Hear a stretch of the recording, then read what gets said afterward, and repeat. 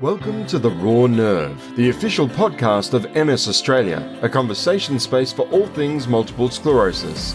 Join us for news and views on the latest research, treatments, and advocacy efforts, as well as candid and informative interviews with our community, those living with MS and their families and carers, together with leading clinicians, researchers, and advocates.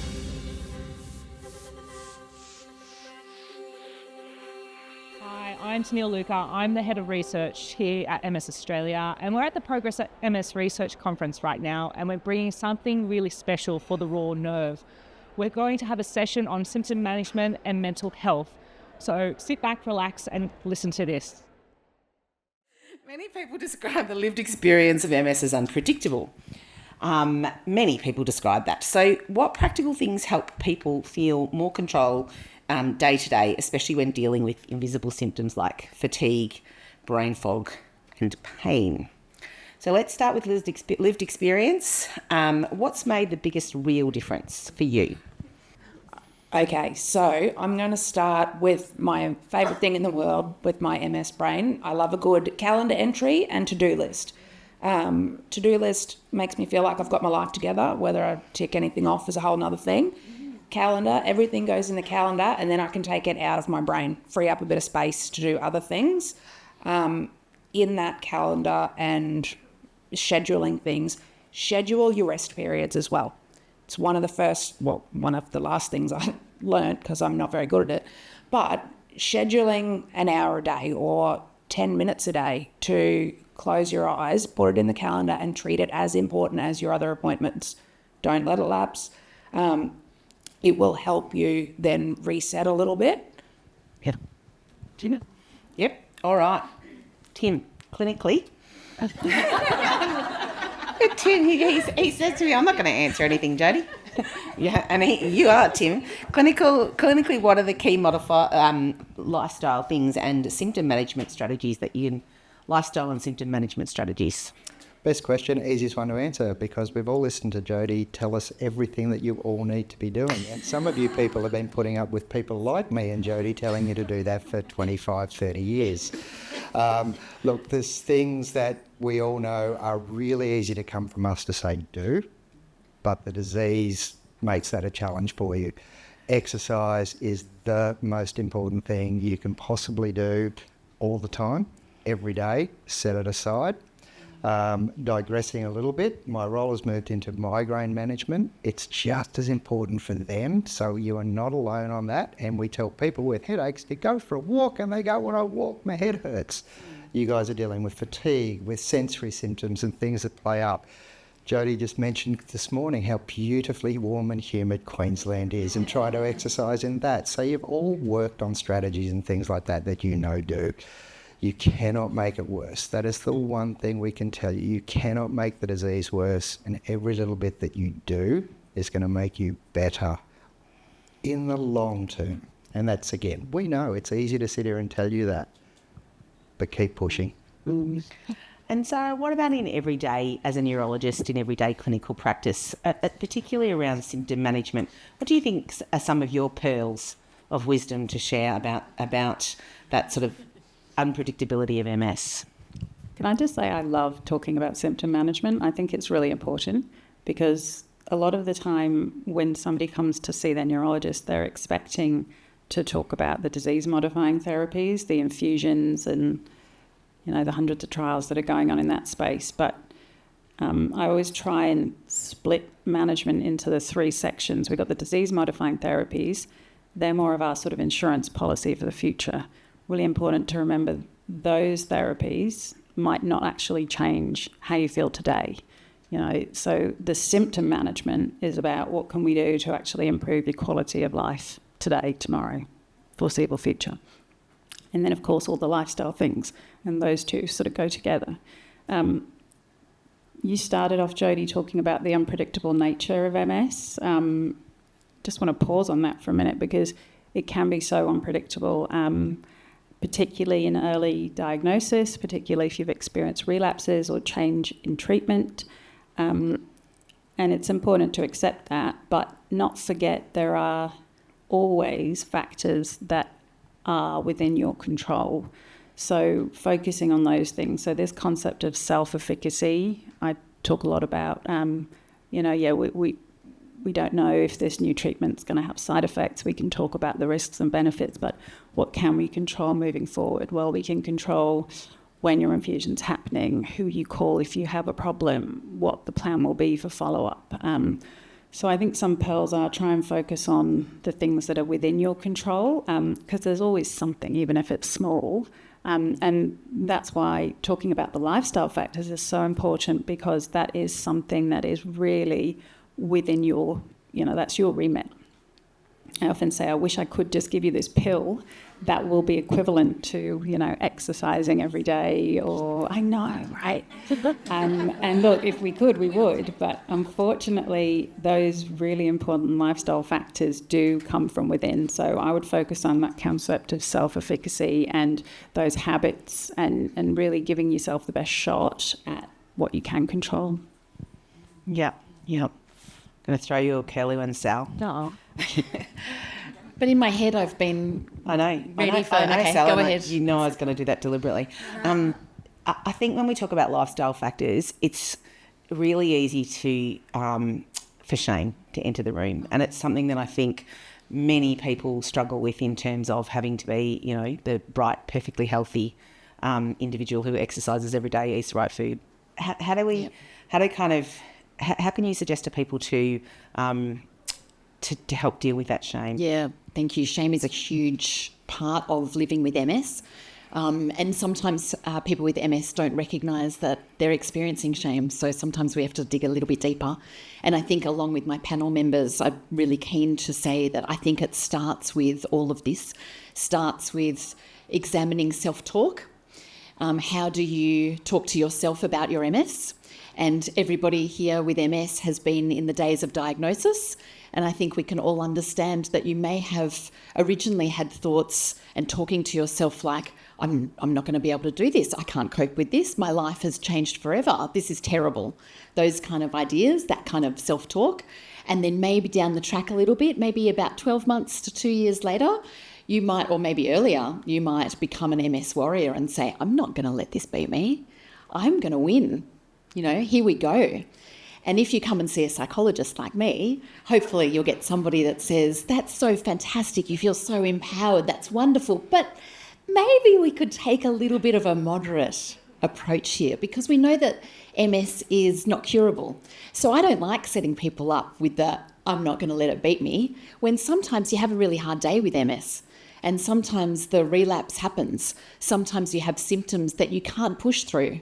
And so then we look at areas where people can feel real shame, and we need to develop a little bit of a moderate approach. And I'm a big one about a very boring phrase, which is instead of my life is over, and instead of I'm not going to let it beat me or I'm going to control it, I like to encourage people to use the boring phrase of I'm going to manage my MS so well. Very boring. But it's about good, effective self-management around having that self-efficacy, backing yourself, being able to do it, and overlaying it all with self-compassion. A lot of self-compassion. What would you say to your best friend if your best friend was living with MS? You wouldn't say, well, you're pathetic, get out of bed and do something. You would say to that person, I hope you wouldn't. If you do, come and talk to me about that, because we need to develop better strategies, right? Charlie, we're talking later. So you wouldn't say that to your best friend, so don't say it to you. Say to yourself, I'm having a really bad day. I have a neurological condition. This is hard. I'm allowed to have an off day. And so self-compassion is important, but tied in with really effective self-management. Do you need to exercise? Yes, you do. I'm going to stop talking because I know we've got more questions. No, this is great. But it's very, very important. Remember the old ad campaign? Tim told me I'd talk through the whole session. The old ad campaign, not that old, with Ash Barty, where they did this wonderful campaign. Instead of all or nothing, they did all or something. Do something. And with exercise, for people with MS, that's so important. You don't have to go as hard as you used to before you had MS. You don't have to run marathons. Do something. Do something today that maybe you didn't do yesterday, or something today that's within your capacity. A little bit of exercise, a little bit more attention to the vegetables and not the chocolate. Just do a little bit of something. Yeah. Thank you. Thanks, Sal. Rachel, What's your reflection on that? And have you lived with the shame? Is it something that you struggle with? Look, absolutely. And I still struggle with it now, but it is a changing thing. So I can deal with the shame of I can't walk around when I want to, for example, one day, and then the next day I've got mum guilt because my kids really want to go somewhere that's hot, and I feel really bad because I know that if I go do that, we're all going to have a bad time, and that's not fair on them. So it is as dynamic as life itself. I try to do the same thing that Sal suggested. I'm talking to myself like I would a friend. I am reasonable at that, but I give it out as advice. So I think that counts to other people with MS. I tell them that all the time. So, yeah, that's the dream. But yeah, look, that shame cycle is really hard because MS is tricky and it is changing. So I call it the grief process that we go through, but it's not one singular grief process at diagnosis. There is a grief process every single time you lose a function and you cannot do something that you used to do. Then we talk about exercise, and all of us know the guidelines and what we should be doing. So then instead of being able to get out and about, whether it's a bad day or whatever, the shame is that path of least resistance, because we do that anyway. All of us are shaming ourselves about something that we cannot do today. So the shame it's a well-worn pathway, I think, in most of us for something, if not a lot of things. So it's one more thing to chuck in the bucket, and that's not ideal, but I think that I know for me that that's where my thing is with exercise and healthy eating. I've already got 15 things I feel bad about today, not necessarily doing well or right. Cool, I'll chuck those 2 in the bucket. It's a terrible attitude, don't replicate it, but honest answer. Yeah. So thinking about that daily unpredictability and the challenge we've just talked about, that, there's also MS is also, there's a lot of uncertainty around MS, around the type of MS, and that's also something that it impacts a lot of people, that sense of uncertainty, not only just day to day, but long-term uncertainty as well too. Zara, I will get to you, Sally. Zara, how do you kind of manage that sense of uncertainty in clinic, in everyday practice? Well, I think it's, I think the uncertainty, at the beginning, as we've talked about in lots of the talks earlier this morning, sometimes the actual road to diagnosis itself is very traumatic, and that uncertainty is, it's a bad way to set the scene for the start of the journey. We are getting better at that, and I think community doctors, emergency physicians, GPs, they're picking these symptoms up earlier, and we're recognising it more. And just a word on that to, it is hard to voice your symptoms early on, and this idea of kind of the medical gaslighting that we've heard about is real, but there are much better clinicians around. So if there's ever that doubt, it's always okay to ask for a second opinion, or to see another GP, or to ask to get referred if you think. So I think that's something in terms of uncertainty. What we need to do is minimise that initial uncertainty so that you can get to a diagnosis early, and that then builds the confidence with the people that you're then relying on for the next phase. And of course, uncertainty goes up, and unpredictability when you're first starting the journey with particularly disease-modifying therapies, and even managing symptoms on a day-to-day basis. So I think, first of all, just acknowledging that is, it's okay to feel uncertain, and that's actually quite normal, and you're not alone in feeling that. The majority of people who would experience that, it's a normal human response. I think, first of all, as a neurologist, that's the first thing I would say to people, it's actually okay, it doesn't mean that you're weak, or that, you can't do this. The majority of people that I talk to are very uncertain about it, so you mustn't feel alone in that. And then it's just about building a relationship with your village, as you talked about earlier, Jodie. That village might be your doctor, but it might also be many other people. And I think sharing the load of uncertainty is part of the unburdening of it as well, because MS can be very unpredictable. Even when you think you've got it, I've been on a treatment for a long time, it's going well, my MRIs look good, then something crops up and you're like, where did that come from?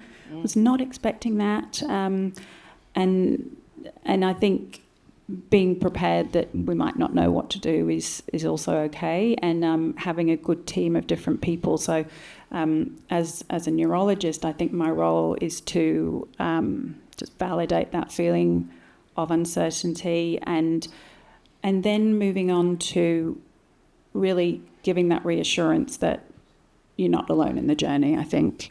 And we're so lucky to have excellent, allied health and nurse practitioners, and most people in Australia would hopefully be able to access these kind of additional healthcare providers, whether it's via telehealth or in your own community. And I think it's really important to get that community early on, because that will help with each step of the way.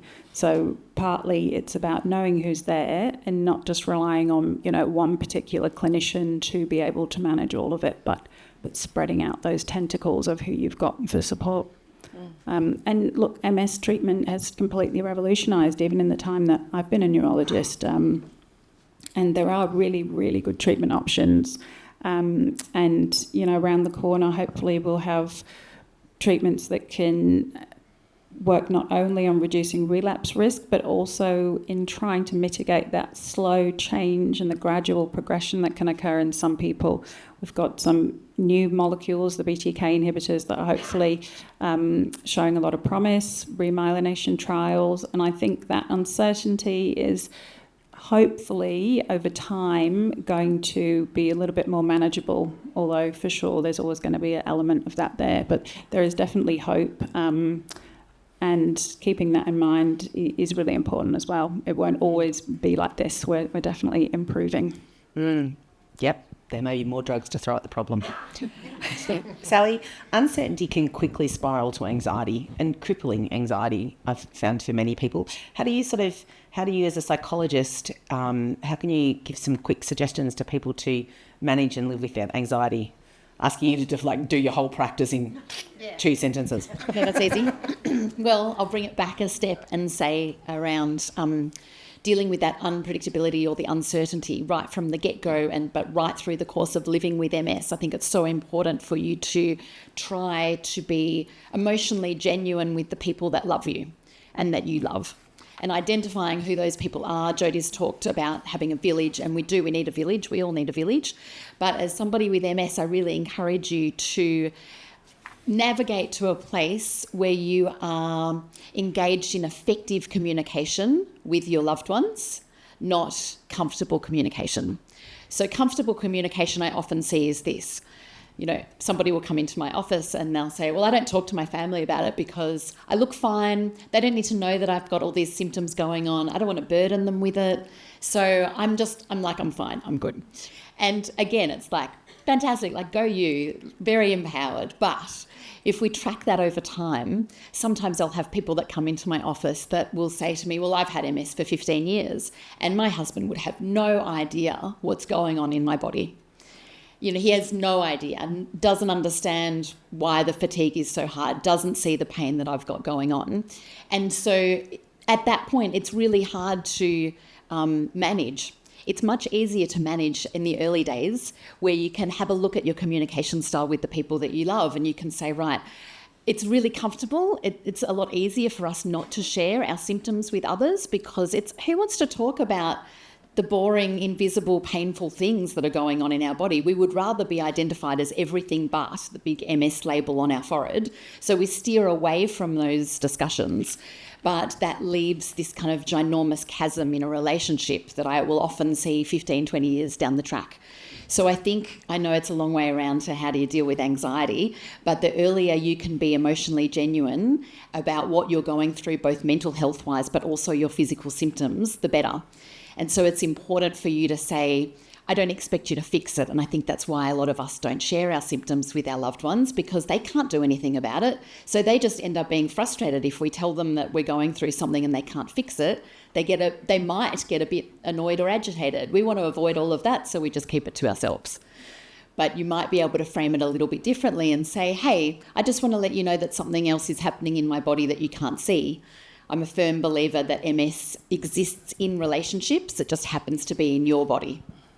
The other person can't read your mind, but they're going to be affected by the MS as well. So you might as well be open and honest and transparent with them about it. And I hope that, and it doesn't have to be a partner, it can be a good friend, a family member, someone that you have an emotional bond with, but sharing that burden, as we've already discussed here, is super important. It will help long-term reduce the anxiety, I guess, and something that I really advocate for. Thanks.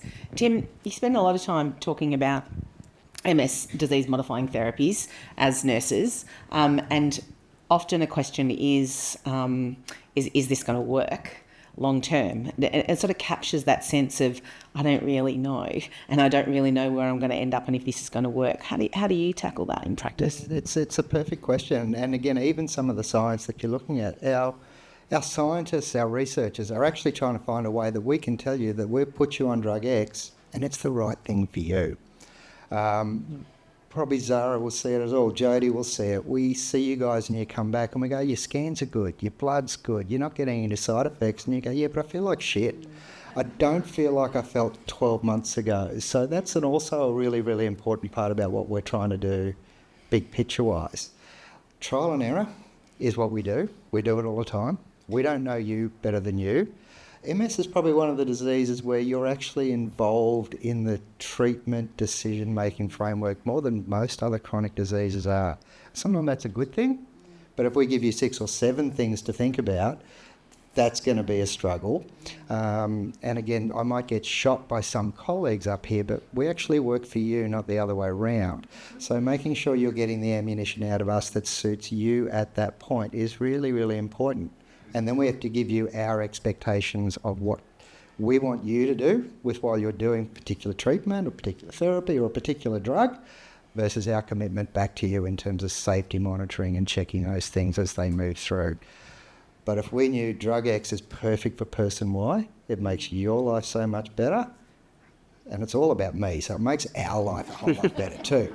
So it's a perfect question, and we're not there yet, but we're an awful lot closer than we were sticking Rachel with needles 20 years ago. Yeah, yes, so true, so true. And Sally, that's how you give a quick response to a question. That's right. Yeah. And I think we just want to talk to Rachel about that too, in terms of how you live with that sense of uncertainty, and you lived with it for quite some time in an era when we kind of knew the drugs didn't work. And so, well, actually, we didn't kind of, absolutely. So how do you, during those, I mean, you talked a little bit about those times when that was really poignant. How did you kind of get through that time? I had a couple of coping strategies. For a good while, it was just ignoring it, just really push it down deep, let it crop up later as a major problem. It wasn't a great strategy, but it worked for a little while, technically. There's some people who do that for a good 20 years. Yeah, there's a few of us, yeah. Look, the anxiety I don't think ever goes away, because even if we find the treatment that works, all of us, as far as I know, are still worried about the side effects and the future effects and things like the raised cancer risks and all of that, and what are our future issues going to be. I had Lemtrada 7-8 years ago now. In the follow-up report or blood tests, which are brilliant, I ended up getting diagnosed with Graves' disease, spent a couple of years trying to manage that before we got rid of a thyroid. So you are helping one issue, but it is creating another issue for management. Now, don't get me wrong, the thyroid gone, take some medication, relatively easy management and better than the alternative with the MS. But it's all of those considerations. It's not just, is this drug going to work for me? Although, of course, that's a really major one. It's what else is it going to do? Because for the most part, I think most of us feel like we are just about at our capacity of what other nonsense is going wrong in our bodies. We don't want any extra. And whether we have that capability, and all of us do, we all have something extra go wrong and then we find the capability and we deal with it. But if you ask any of us at any given point, do you have capacity for something else to fail in your body? Most people are going to say no. Yeah. As for how I deal with the anxiety of it, in the early days, whilst it was hard because I was newly diagnosed, I was deferring to my medical professionals because I had heard very little about MS at all. I went in not knowing a lot, and in a lot of ways that made it easier because they were all much of a muchness. And so that's the one we did, and it was just expected that you were going to feel awful, so move on. Whereas as more and more choices have come in, I notice a lot of my people that I work with and help advocate for are experiencing actually a lot more of that anxiety because they are getting more control over their treatment, which is brilliant, but it's also giving them a lot more concern. And I think what it comes back down to, or what it does in the people I talk to, is that if they pick the wrong treatment and then it goes wrong, then it is their fault. Now, that is not an accurate statement, but it is where people's head is at. So, you know, I picked Lemtrada when I did because it was what was available at the time for the stage that I was at. And again, there was no other options. If I was in that same boat now and I had all of the different choices available, whilst I, as I said, keep saying so grateful, I think there's an element of that absolutely raises the anxiety level because it throws in extra questions, and then that guilt comes back in of I somehow, you know, I've picked the wrong drug. No one's expecting our people with MS to be scientists who know the ins and outs to be able to pick this any better than their neurologist and health professionals. But as an internal feeling, absolutely, that's what crops up. Yeah, for sure. It's a bit of a paradox, isn't it? Really, that's one of my favourite words. Because it is a paradox, giving that ownership to people and really embedding a sense of partnership and saying shared decision making when there's such a time of heightened anxiety and even new medications that come on board, even right down to symptomatic medications. You know, every new medication is hard to start for many people. Some people not. But for many people, every new medication that's offered in terms of treatment, even symptomatic treatment, very few medications don't have another consequence. And so you're always weighing up that decision of whether this is baclofen going to be the right for me, or should I do exercise, or I should do this?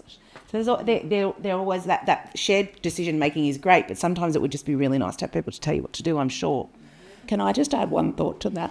Yeah. There's also that element of, I know with especially my young cohort, and I have a lot of our group in regional Queensland that are quite young, there is that concept of I am taking so many medications, I am rattling, and there's that self-image version of that, of you know, I carry one of those little pill tablet holders every day and it rattles like it's Tic Tacs, and adding something extra into that is also a mental hurdle. It's not the primary consideration, but absolutely you notice a decrease in their mood and you notice them feeling more like that they are experiencing disease burden, whether they physically are having worsening or it's just that mental side of I have to think about it a little bit more. Every time I take this tablet, I'm thinking about what's going wrong. Mm-hmm. Yeah, huge. Slightly switching tack, but sort of staying in the same space, is about feeling heard. And a lot of people with MS describe that they don't feel heard. And Sally, you talked a little bit about being an expert communicator, or being a good communicator, a comfortable communicator, was that? Yeah, comfortable. Being comfortable with the communication. It's something that's really challenging. And how do you find that talking to people with MS, Rachel, in terms of that sense of being heard? That varies wildly by medical professional, by whoever we are talking to. So we have got some absolutely spectacular people in our corner, and that is increasing by the day as education happens. And we have got people who are willing to come to something like this and spend that time at Consumer Day and have these discussions with us that we know, should we go and see Zara, we are going to be heard and we're going to be respected. Not every doctor is like that. Now, I'm strictly looking at, doctor, nurses, medical professionals at the moment, the easy answer is to say, change your doctor. If you are not happy and you cannot communicate with your doctor, change your doctor.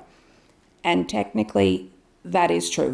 If you have tried your communication strategies and you've tried restating and you're still not getting that ability to talk to each other, because it has to be a relationship. It cannot just be them talking at you. If you can't get that, then change your doctor. That said, we throw in things like regional issues and the fact that we do not have multiple doctors in most places. A lot of the good doctors are booked up because they are the good doctors, so it's really hard to switch, and it becomes a problem. So I am actually interested to be listening to this one, not answering it, because even after all of this long in the advocacy space, there are times where I still have this issue in trying to advocate for myself that I, as a person who's lived in this body with MS for 19 years now, might know when something isn't right. Mm-hmm. And what about when you're talking to other people? What about with your friends and your family and feeling heard, I guess, in that? I think that can be just as a difficult space, and I won't ignore that sort of sense of that medical world. I think, although I would say to people, lower the expectations.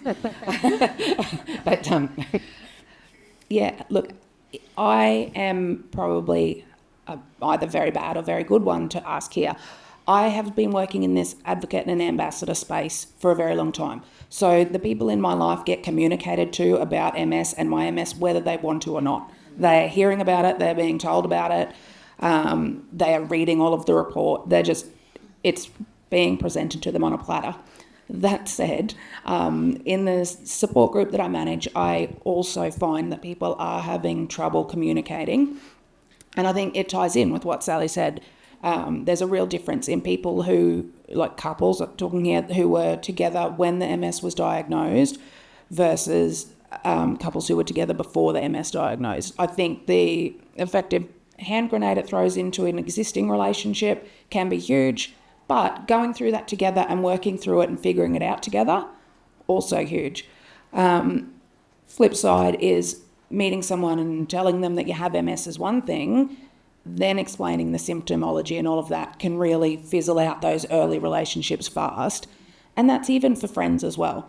I can't go to that tonight because I'm not feeling well. I know it's only 10 minutes away, but my legs aren't working. Or back to what you said, Jodie, you need to find your tribe. And that's really tricky until you found your tribe. But I think that's where your socialising comes in, is keep getting out and trying new things and going to new places, even if you are on your own. Now, whether that's a sport that you go to and you join a team just for the social side, or you join a library or start a class, meet more people, and you will find that the right people will find you and you will find them, and they are worth their weight in gold. And Zara, what about how do you feel when people talk about being heard, and how do you tackle, most of the time you've got 15, 30 minutes generous for people. How do you kind of navigate that, and what would you suggest to people about that? Just to echo what Rachel was saying, you can kill two birds with one stone. If you join a sport, then you are moving and meeting people. So I think that's a good one. That's my tip. No, being heard, really important, really important. Your healthcare team can't help you if they don't know what's going on with you.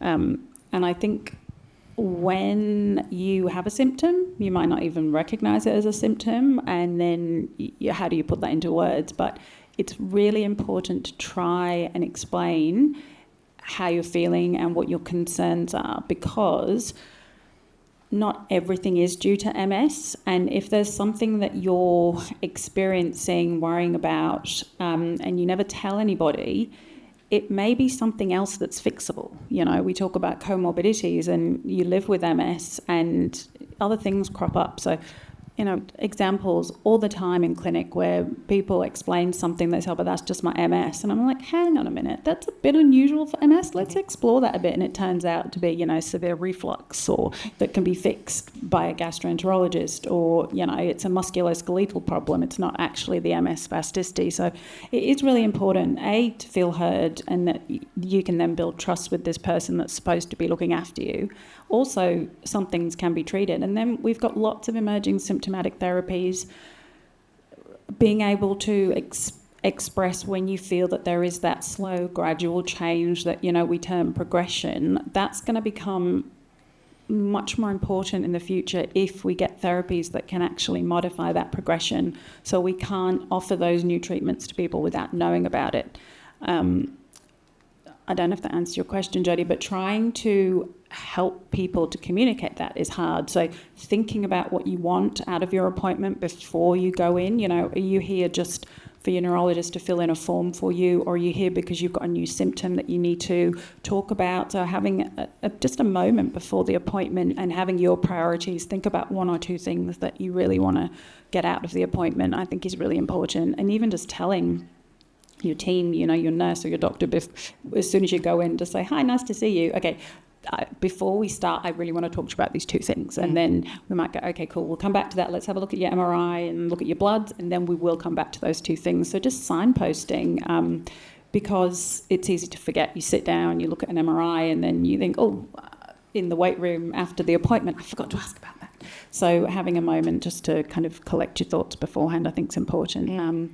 But you deserve to be heard. Symptoms need to be talked about. There might not be a solution, but just having that discussion is really important.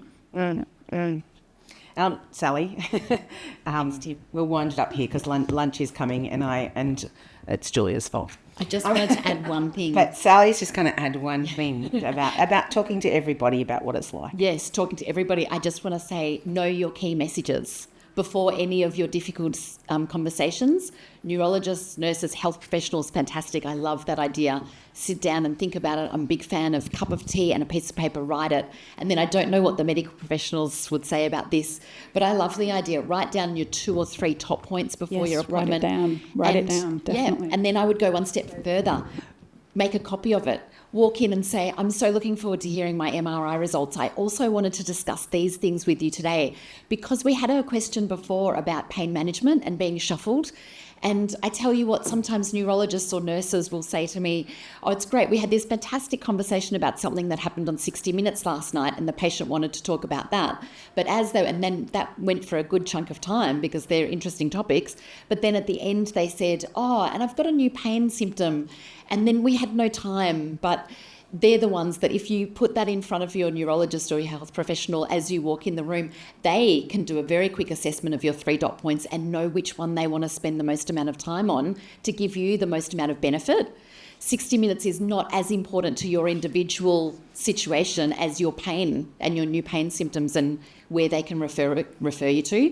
But also just before we head into Christmas, you're going to have some maybe potentially difficult conversations with family members. Let's have our family Christmas in the park when it's 38 degrees. Really? You still want to do it in the park? I've tried to tell you all these years that that's not going to work for me as somebody with MS. So what are the key messages that maybe you want to bring to those conversations before you turn up on the 25th that is able to better describe to them what's going on for you? I always think key messages are a good idea, and then having an exit strategy as well, because if you're having a conversation that is a bit difficult, it's going to come to a point where you've said all that you want to say, they're feeling a bit uncomfortable or not, and nobody knows where to go. So that's when you say, hey, your son was going on camp next week, wasn't he? Well, tell me about that. And you can all exit out of something that might be a little bit uncomfortable for everyone. I don't know if that's a random And Sal's one. giving us some tips for Christmas. I love it. So I'm going to thank Zara. I think she's a neurologist that you can all go and see now because she's gorgeous. And I thank Rachel for all the incredible work that she does in bearing her soul with us. I want to thank my fellow nurse colleague because we're pretty good to talk to.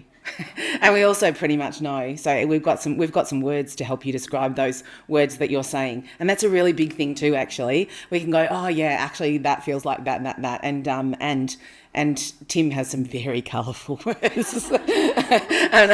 So I think that you can that you can also use the nursing community. MSQ, I know, has a nurse, Michael. He's down in Tassie, but he's a great soul. He's a great soul, and he can talk, but there's quite a few of us around. So and Sally, I also want to, if you want some free therapy, Sally has this amazing podcast with her, and I've listened to a lot of it, and it's like really given me some good life lessons and also some different ways of thinking about it. And so it's not often that you can say, let's have some free therapy, and it kind of is just listening to the two of those chat in a very casual and very formal way. And it is called "But You Look So Good," and there's a little card on your chair, and so I think it's a very worthwhile freebie. Thanks, Sally. Thanks, guys. Enjoy lunch. Thanks for listening to The Raw Nerve, the official podcast of MS Australia. To hear more, subscribe to our podcast today at msaustralia.org.au/podcast.